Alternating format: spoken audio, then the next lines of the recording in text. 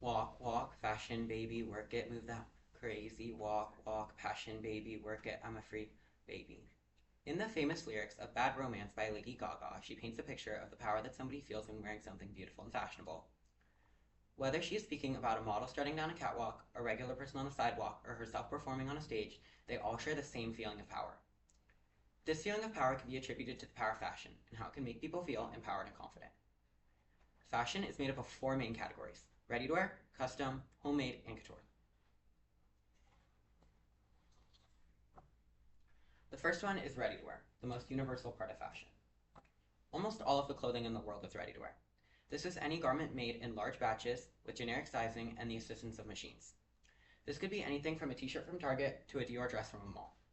As long as the dress wasn't custom made or from a couture collection, it wouldn't be a couture garment. Next, we have custom fashion.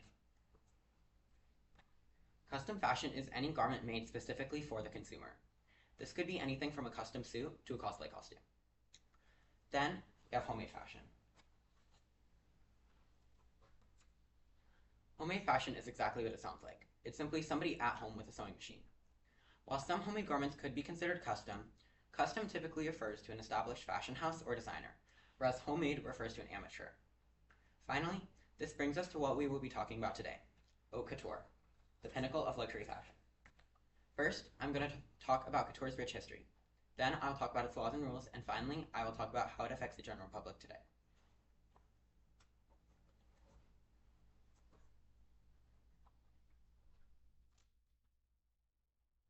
Unlike Lady Gaga's relatively recent rise to fame with her 2008 album The Fame, couture brands have been releasing collections for a while.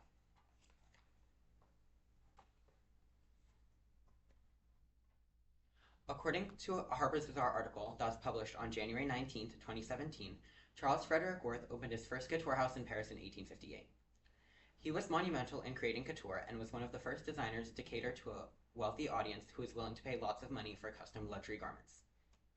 The next biggest development for couture was in 1920, when France created the PAIS. According to a Forbes article that was published on January 23, 2024, fashion houses used to send spies to preview other fashion houses' collections. This was obviously a huge issue, and so in order to prevent this, France created the PAIS. Designers were required to send in pictures of their designs into the PAIS and to protect them from being copied. Even today, we struggle with the issue of designer items being copied and sold for a fraction of the price that designer brands could not compete with.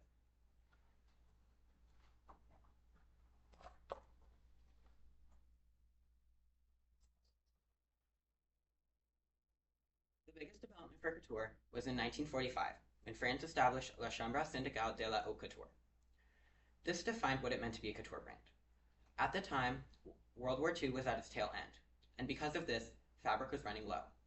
So to combat this, the French government named certain fashion houses haute couture as a way to give them the fabric they needed during the war times. In the early 1950s, couture brands started creating ready-to-wear collections because of the huge economic potential it had for them.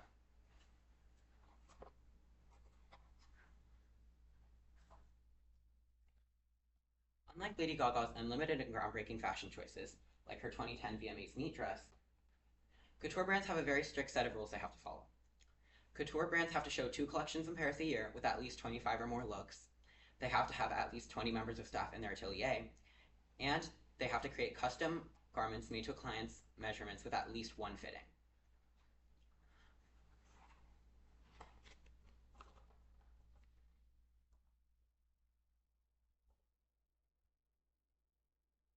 According to an article published in the Library of Congress blogs, the French government was originally quite generous when labeling brands haute couture.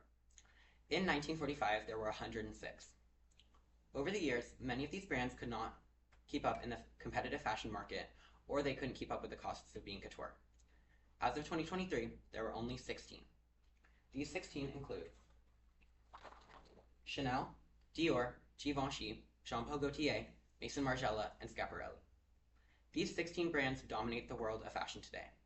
While there are some fashion houses that are not couture that are still successful, couture dominates the industry. Couture also has a unique culture with unofficial rules. For example, almost all couture garments are hand sewn.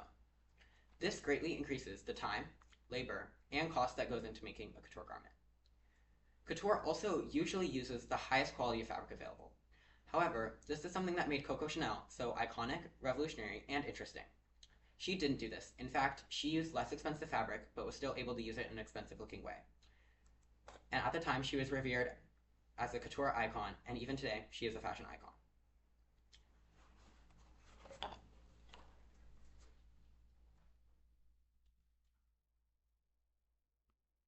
While maybe not as much as the $227.4 million that Lady Gaga brought in with her Monster Ball tour, couture garments can be a lot of money, up to $50,000. In fact, however, numbers aren't everything in the fashion industry. After seeing the House of Gaga Museum in Las Vegas, I can tell you her fashion truly is revolutionary and trend-setting. Just like how couture brands create and set trends for the general public. The first and best example of this is a little black dress made by Coco Chanel. The little black dress made by Coco Chanel was made in 1926 and featured on the cover of Vogue. Before this, black was seen as a sad and dull color for funerals. However, Coco Chanel revolutionized the color and made it into a chic closet staple. The next best example of this is the new look by Christian Dior.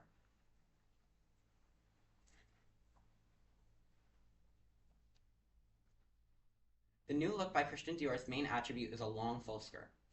After the fabric rationing of World War II, there was a demand for these Victorian and pre-war eras of style.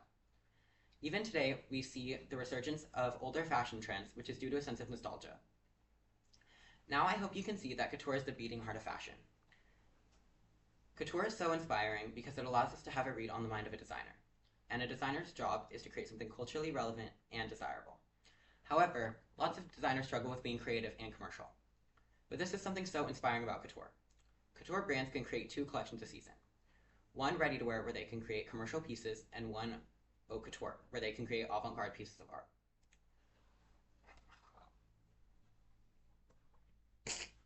Just like how Lady Gaga has her high-performing makeup line called House Labs, I too hope to one day have a successful couture brand of my own.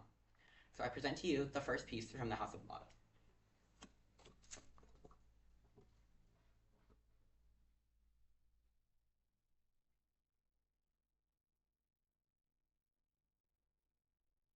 Today, I've talked about couture's rich history, its laws and rules, and how it affects the general public.